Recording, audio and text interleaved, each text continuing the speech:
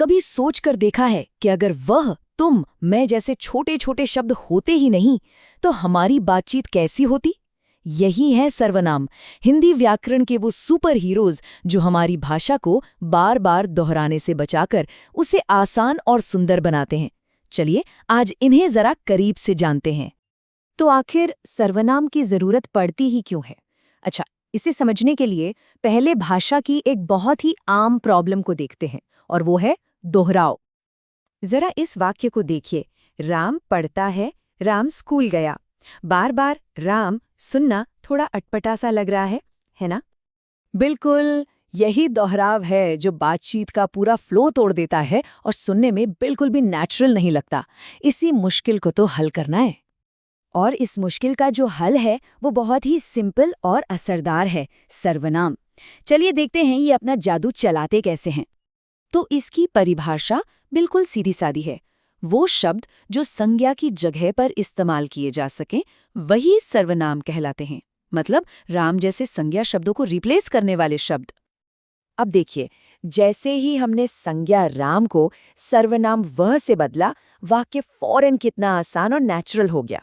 देखा, बस एक छोटे से शब्द ने कितना बड़ा फर्क डाल दिया।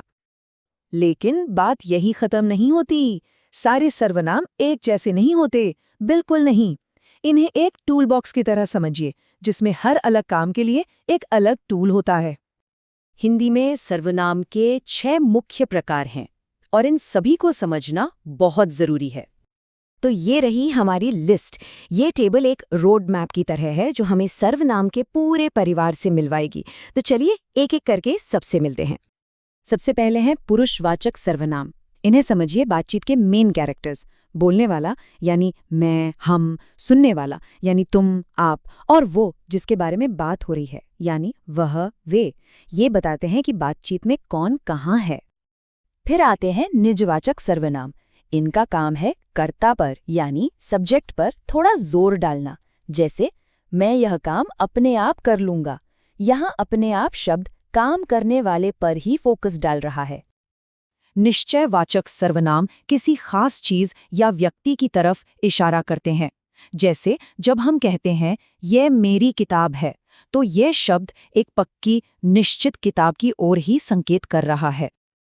और जब बात किसी ऐसी चीज या व्यक्ति की हो जिसके बारे में पक्का पता न हो, तो हम अनिश्चयवाचक सर्वनाम का इस्तेमाल करते हैं। जैसे बाहर कोई खड़ा है, अब ये कोई कौन है ये तो नहीं पता।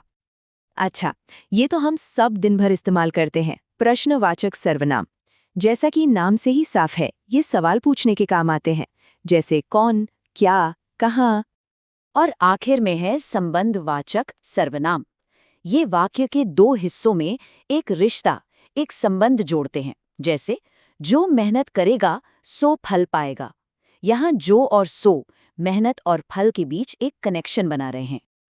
तो चलिए अब देखते हैं कि ये अलग अलग तरह के सर्वनाम पूरे वाक्यों में असल में काम कैसे करते हैं।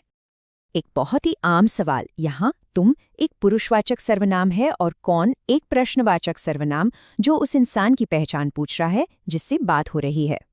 इस वाक्य में देखिए, मैंने और उसे, ये 2 पुरुषवाचक सर्वनाम मिलकर ही पूरी कहानी बता रहे हैं कि किसने किसको किताब दी, और वो भी बिना किसी का नाम लिए। यह संबंधवाचक सर्वनाम का एक बेहतरीन उदाहरण है। यहाँ जो और वही, ये 2 शब्द मेहनत करने के कारण और सफल होने के परिणाम को सीधे सीधे आपस में जोड़ देते हैं। तो चलिए इन सभी बातों को एक साथ जोड़ते हैं और सबसे जरूरी सीख पर ध्यान देते हैं। सर्वनाम का पूरा काम असल में एक आसान सी 2 स्टेप की प्रक्रिया है जो बातचीत को ज्यादा साफ और असरदार बनाती है। पहला, वाक्य में संज्ञा को पहचानिए, और दूसरा, उसकी जगह सही सर्वनाम चुन लीजिए। बस। तो आखिर में ये सवाल रह जाता है, इन छोटे छोटे शब्दों के बिना हमारी भाषा कैसी होती? एक बार सोचकर देखिए, अगर ये न होते तो हमारी हर बातचीत कितनी लंबी, कितनी बोझिल और दोहराव से भरी होती। ये सचमुच भाषा के वो छोटे छोटे इंजन हैं जो उसे चलाते हैं।